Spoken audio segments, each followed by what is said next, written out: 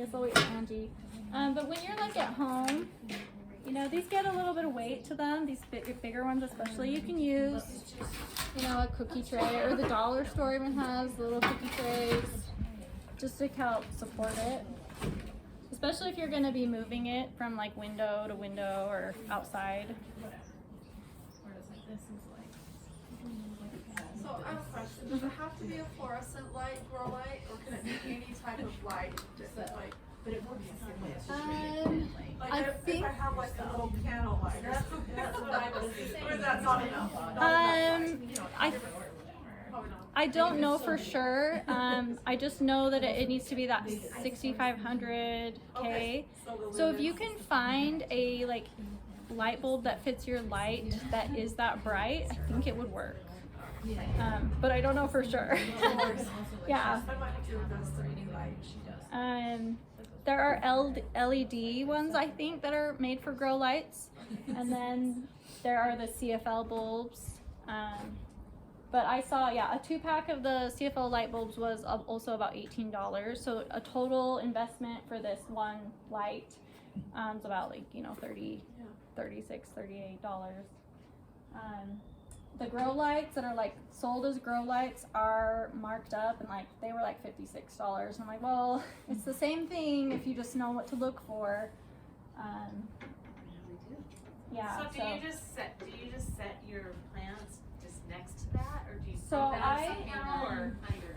I have, you know, those metal rack, like baker's rack shelves. I just hang it, and I like so it these does have to be ones that come with a chain, because I just loop them through my metal rack, and then they just hang, and then I can't get it, I mean, I could get it longer if I added another hook or whatever.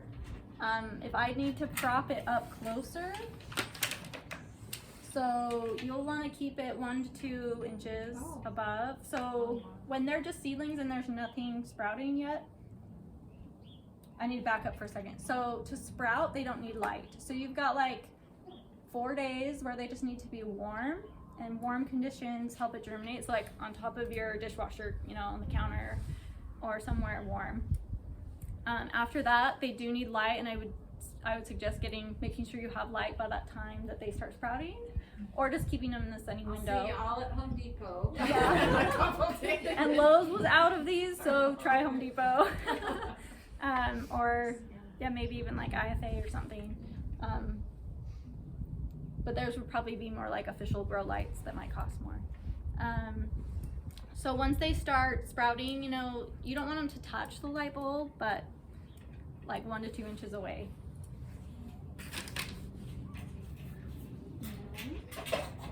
And if, you know, this is like, if you really want to get into seed starting, I just bought this the other day. I've been thinking about getting one, so I haven't used it yet, but it's like a heat mat that you can keep under, like on the cookie drying rack. Like you need to have a little space so it's not touching directly, so it doesn't melt or anything, but to provide warmth to get those seeds to germinate. It helps them go faster. So if you really wanted to do like peppers or tomatoes, I'd recommend one of these so that it's warm enough to get those seeds to grow faster. It just speeds things up a little, depending on where you keep your seeds. Like Or if you're doing a lot of laundry and your dryer's on all the time. yeah, That'd be enough that might be warm enough. Yeah. Yeah, tomato, like those. Yeah. So let's talk about. Did I answer your question about lights? Okay. Thank you. Yeah. So talking about seeds, I'm gonna actually talk about seasons first, because there's cold crops, and I have like my seeds divided out into like cold, earlier season seeds, and then there's ones that are hardy and they're not cold tolerant. That's like tomatoes, peppers, cucumbers, things like that. They just cannot tolerate lower than like 35 is hard for them. They'll struggle, and that's above freezing. So in our area, that's, you know, after May 15th, preferably after May 20th, just to make sure we're like a little farther away from possibility of frost, because anything below 35 like is gonna damage the plant. So it's just like worth it to wait another week to ensure you're past your last frost date, depending on your location. because it's not worth like losing all that work. So it's okay, like if you end up planting these outside at the beginning of June, it's okay. They're still gonna have plenty of time to grow. It's just important to avoid the cold for those I guess they're tender crops. I think I put hardy on here. Tender crops. And I'm gonna have you, I've got some other info. Just a couple different like handouts I found. Can you just like take one and pass it? Actually, I need one more of these. I forgot I'm doing 2 of them. Oh, this was your original. Do you want that? It just printed out cardstock. You get a I get a hard one. pass it. Take one and pass it. I gave you that one. Okay. So yeah, there's just different on some of these handouts. There's one that is like the USU one, and it categorizes what types of crops are like cold hardy or tender, and they need to be in the hotter months.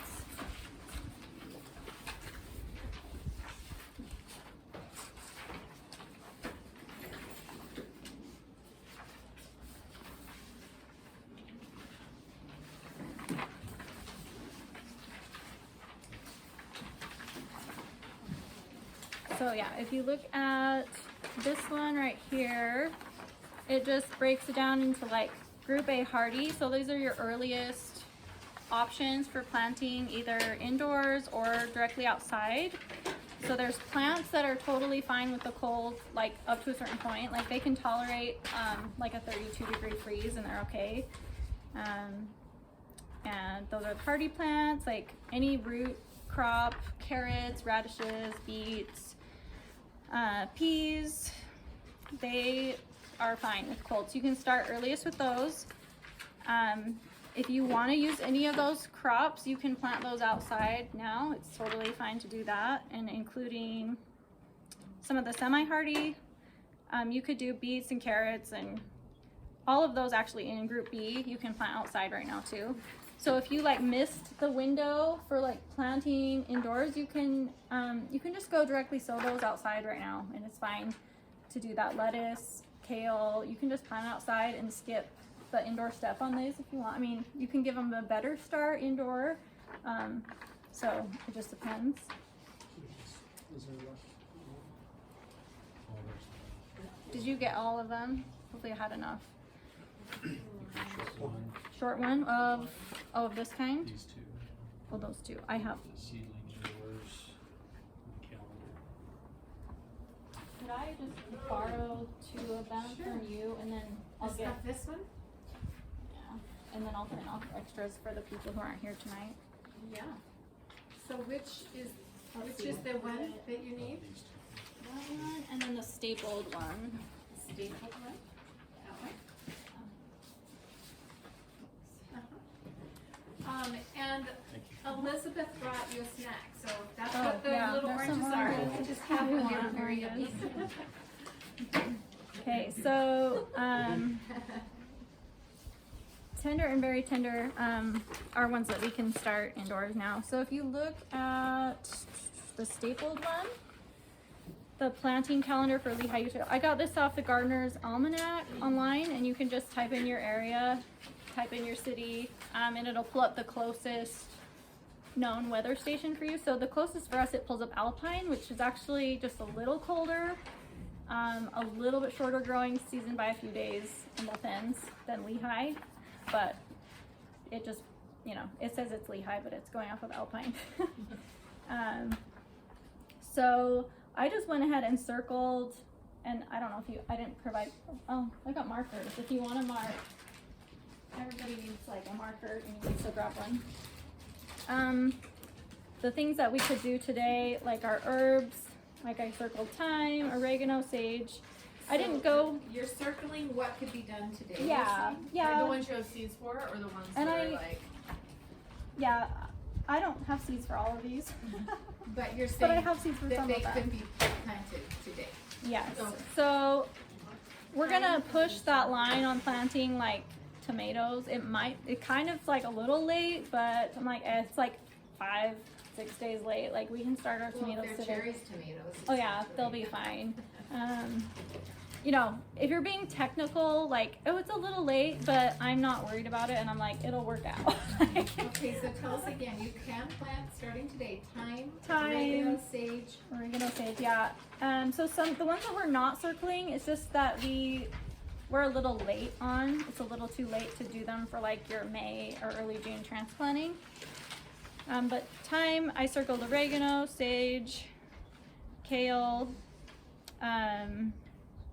Just as like a quick side note, because I forgot to mention it, there's certain vegetables that you just don't want to start from seed indoors. Like you don't want to do this with the root veggies because they just don't transplant well. Like So onions or carrots, beets, radishes, any of those root ones, they have something called a tap root. So that little root that comes out, whatever they hit something or it gets disturbed, they stop growing. Oh.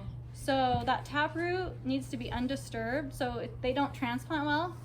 So those are things, luckily you can start them early, and if it's cold, it's okay. Just do direct sow, that's what that's called. Just directly plant it right out in your garden. And can like radishes could be done now? Yeah, yep. So just because we're not circling some of these doesn't mean we're not gonna like start them in, like you can start them outside, we're just not gonna start them indoors. So you can do carrots, radishes, beets, onions. You can, they can be disturbed. Like you can start those from seed indoor and then transplant them outside. They're okay. It's mostly just those ones that have a taproot.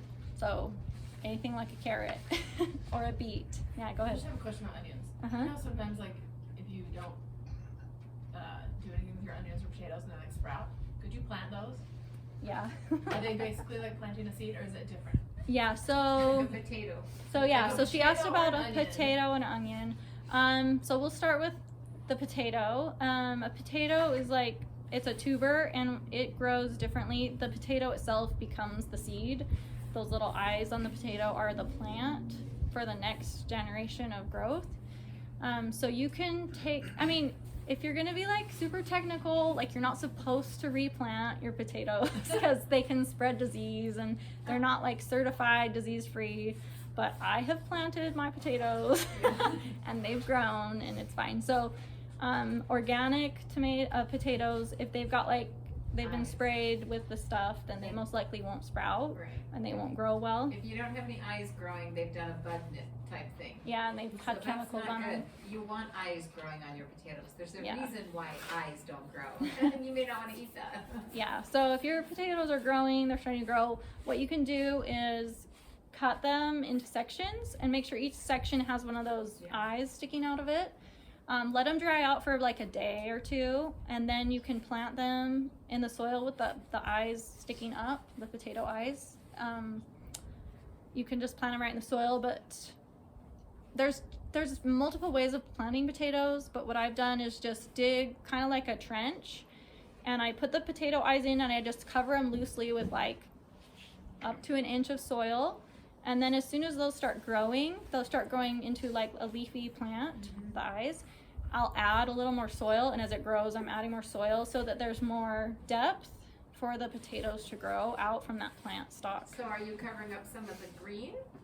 As it's growing, yes. Oh. Yeah, that root, that plant that's coming out of the potato will just keep growing taller, and the potatoes grow off of it.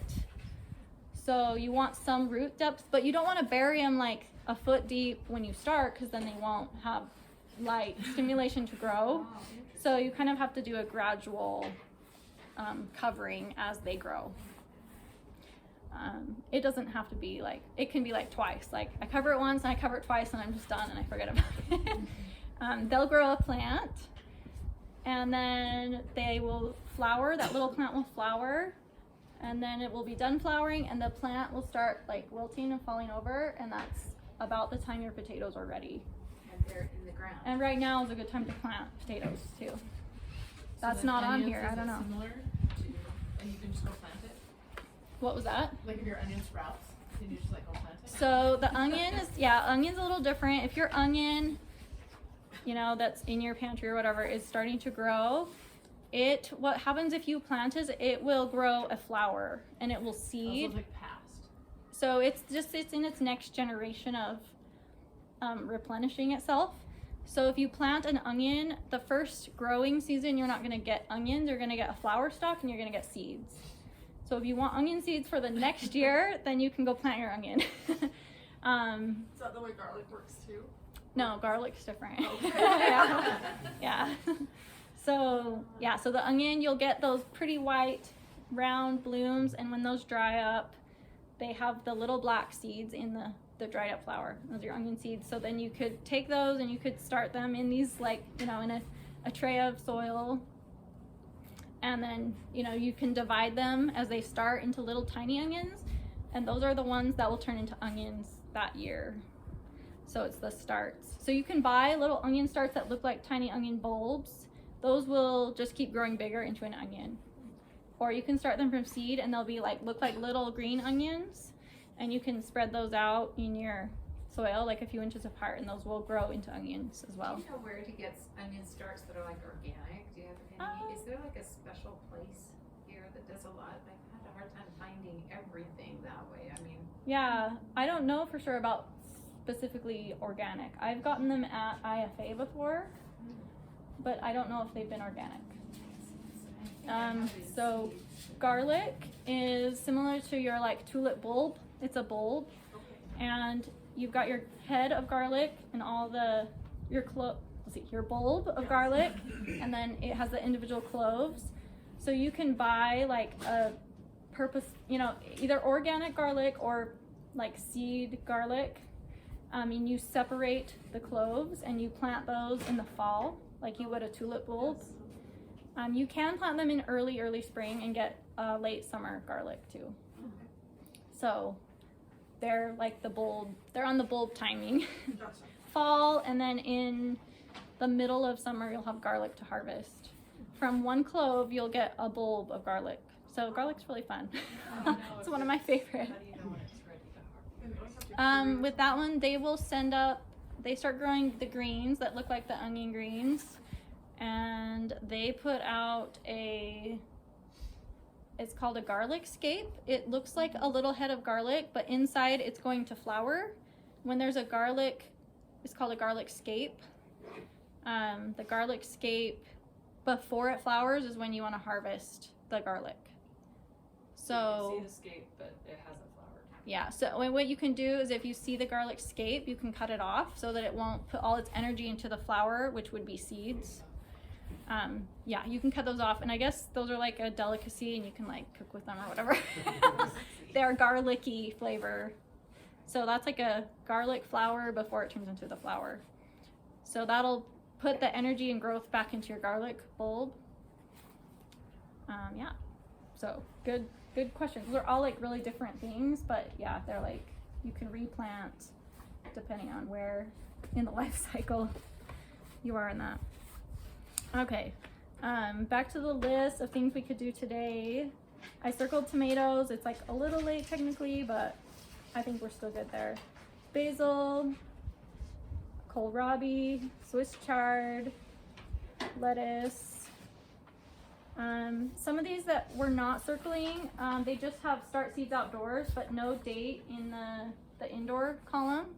There's a start seed indoor column that says NA. So anything that says start seed outdoors and we're in that time frame, you can plant those outdoors. That's just not what we're doing today. So when you are at home in your garden, you can plant any of those things directly outside right now. So it's not too late for cold crops. They're just in a direct timing right now. On the back, we can start cantaloupe. We can start zucchini, watermelons, cucumbers. I circled parsley. Some of these say you can't start them indoor as herbs, but you could start that indoor. I think it would be fine. Pumpkins.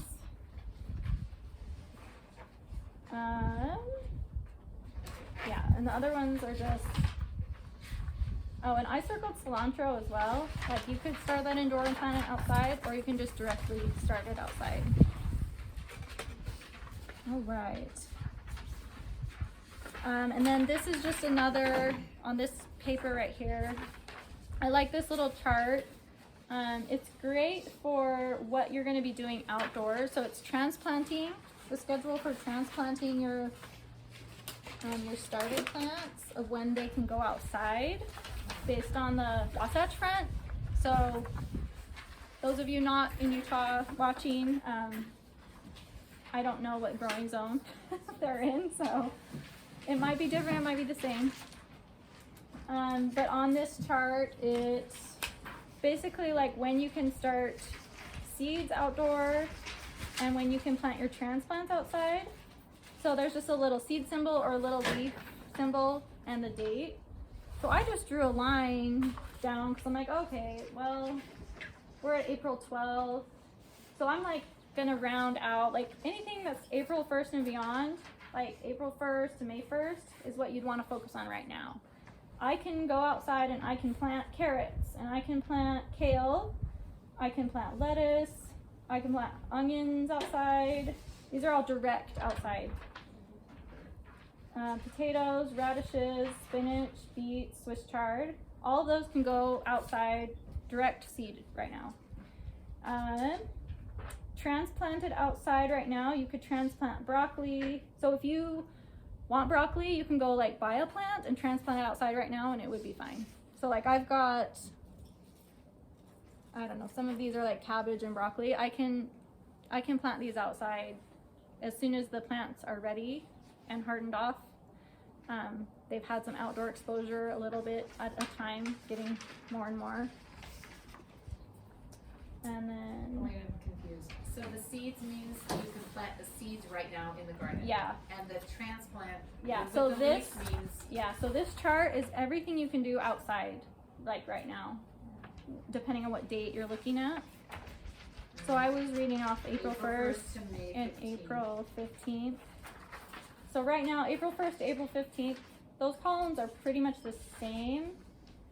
It says starting April 15th, you can direct sow corn, which I didn't know. And then it even says you can do tomato plants outside with protection. So that's a light blue, possible with protection. That is like you need some barrier if it were to freeze. I don't want to start that early because I don't want to lose my tomato plants. It's too early for me to go babysit them outside. But this is like one example of frost protection. It's a wall of water. And if you wanted to use something like this, you plant your tomato and then you put this around and then you take your hose and you fill the little columns with water. The thing with this, actually I said that wrong. So you need to put this outside first, fill it with water and let it warm up for like a week. Get the sun to warm the water on its own. And then I guess you plant. We never did that. We always did it the other way. Oh, okay. Colorado Springs. It's Okay, similar so corn. did you just fill it like up? to put the plant and then we Okay. put that around Okay, it. so it's fill like it with how do you cold- plant after? But Okay. you know, Colorado Springs similar here. You Yeah. don't have enough heat to get real big potatoes, but the romaine, what do you call them? Roma tomatoes? Yeah. Uh-huh. And then of course cherry. They'd be fine. But we would do those for the beef tomatoes, hoping. Okay, yeah. So it extends your growing season. So I've heard it both ways. It just depends on how you want to Maybe that's maneuver why with we didn't these. have long enough season because we didn't do the week of heating up the water first. Yeah. But I think just the wall of water itself will provide some protection. But I'm just like, I don't want to. I've tried it and it has its pros and cons, I guess. Because if it falls over, the wind blows it over, you've lost your plant. So I just would rather err on the side of caution and plant after May 15th outside my tomatoes. Oh yeah, so anyway, you can reference that for like, if you want to go home in this week, you can plant all those things outside right now. So do you normally just pick up your seeds in local places or do you like order them online? a mix of both. So yeah, we can talk about seeds and what I've got here. So I have collected a lot of seeds. So I've sorted my seeds into like 2 different boxes. I just use like shoe boxes. fancy. I've got my cold weather crops that I can start earlier, or that I would want to start indoors early. So that's, this kale, lettuces, peas, those just cold hardy ones. So this is like, when I'm ready to get started, I just grab this box. And then I've got the hot weather, things I can direct sow outside when it's hot. So for sourcing seeds, I started out just going to like the local stores and buying the seeds there. So IFA has a particular company that is called Mountain Valley. Let me find a packet from them. Mountain Valley Seed Company. They're actually in Utah. So I like to look for a local seed company because those vegetables and fruits are like suited and trained to grow in our climate. What's the name of it? Mountain Valley Seed Company.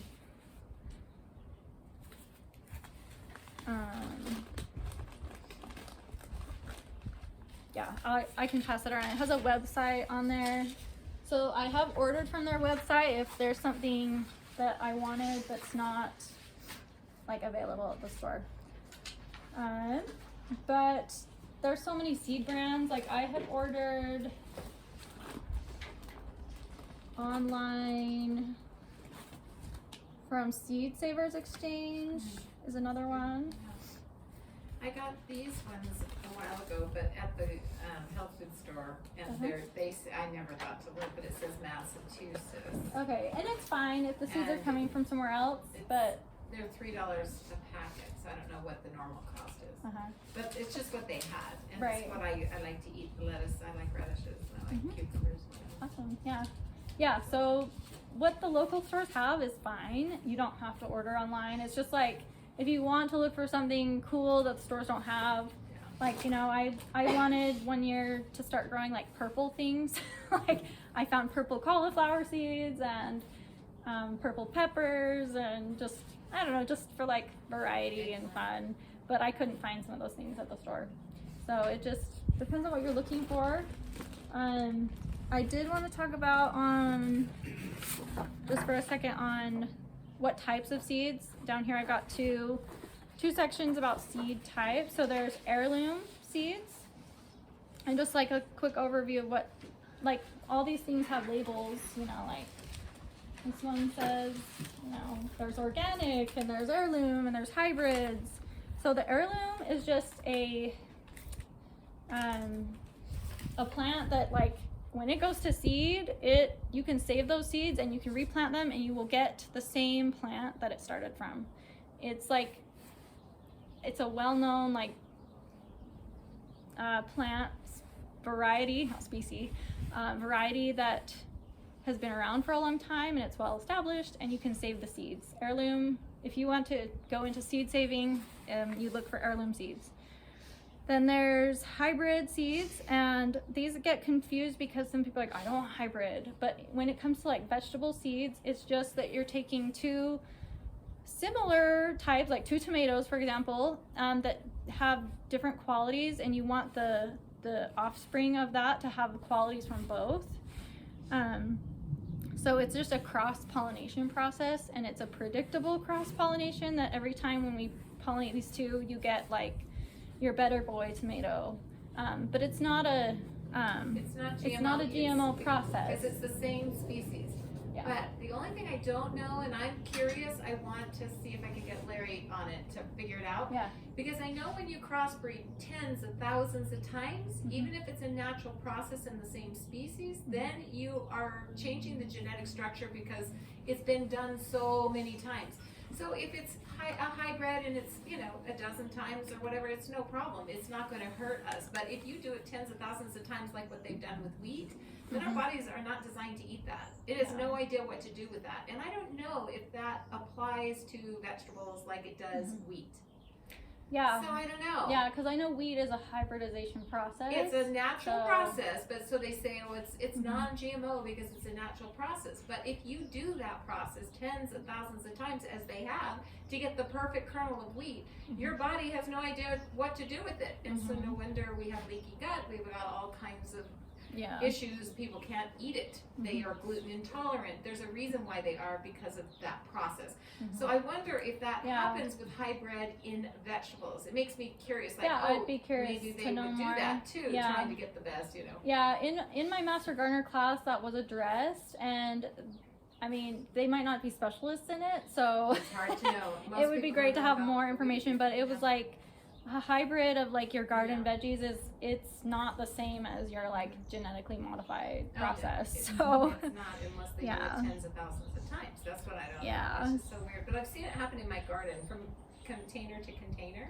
mhm. Like the next year we get a tomato plant that just comes up by itself, and it It's a is little different than the tomato that we had the year before. Yeah. So they do it themselves. Yes, so with the hybrid seeds, you actually can't save seeds from that plant and get the same outcome. So it's that you've got two plant parents and the seeds that are produced from that is what you have. But if you were to plant the next generation seeds, you're not going to get the same because it will end up being a different mix of any trait from the previous generation.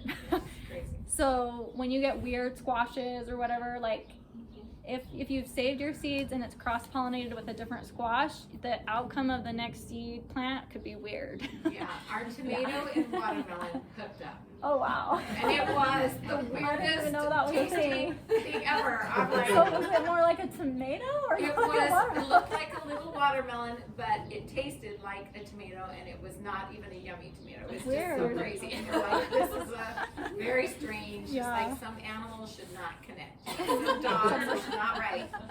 Well, that Yeah. happened with a tomato. It was not mine, it was my own daughter who planted last year. Yeah. And it was weird. Yeah. So if your packet says organic, that's or certified organic. It's just coming from plants that were raised in an organic, like environment. So there's no pesticide, herbicide on the parent plants that those seeds came from. And then the GMO or non-GMO, like I just was noticing packets that don't say organic, don't say anything except non-GMO, and I'm like, well, yeah, like it's a parsnip. Like they haven't. You know, this parsnip right here or whatever, non-GMO, and I'm like, well, nobody's genetically modified a parsnip, so that's a really exactly. obvious So they're all label. natural. Yeah, so there's just certain crops that have been genetically modified, and that's when you're inserting you're inserting a different species genetic material into like its non-native species. Right.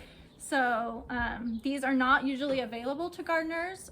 There are just a few crops that are genetically modified, which is usually corn, sugar beets, alfalfa, and soybeans. So like I'm not gonna be able to go buy, I mean I could probably buy genetically modified corn, but like it's just not widely available to like a consumer gardener. So I mean you should be aware, especially with corn, like it's better to just go with organic, just in case, but you're not likely to run across GMO like garden seed. And you're not likely to run across a GMO garden seed? No. You're saying, but corn, It's- you are. Corn I don't know enough about, but I would just personally err on the side of buying organic corn seeds because I just want to like avoid that, and organics they guarantee that it's not genetically modified. Yeah, and there are some farmers here in this area we learned when we moved here. So Harwoods, they have non-GMO corn. It doesn't mean they don't spray it with Okay. pesticides. They do, but it's not genetically modified. So it's really a better, if you're gonna eat corn on the cob, that's a better one, or grow your own, but you do need seeds that are non-GMO because Right. it's like about impossible yeah. with corn, Yeah. which I've never tried. I don't know, how does it even grow here? Do Um, you grow corn? Corn is a little bit finicky because you have to grow enough of it for it to pollinate itself or each other. And you only want to plant one type of corn. Like you don't want to plant like 3 kinds because then the pollen will mix and you will end up with weird corn outcomes. So just plant one. Like if you're gonna plant corn, you just pick your one kind and you're gonna plant it, and you need at least. I've heard different dimensions, like 15 by 15 or like 4 rows by 4 rows. Like you need enough enough of it plant. If you plant one row, you won't have success. So you just have to plant enough of it. Yeah, so I think we should get started. It's like freezing. I It hope is our cold, so I don't know if it's too complicated, but we could take our trays and just stand up at Okay. the counter and that plant. might Is be that all better we're just doing? because my hands are like freezing. And we can't turn on the fireplace. We've And used you're it for working 5 with- years. And yesterday when we came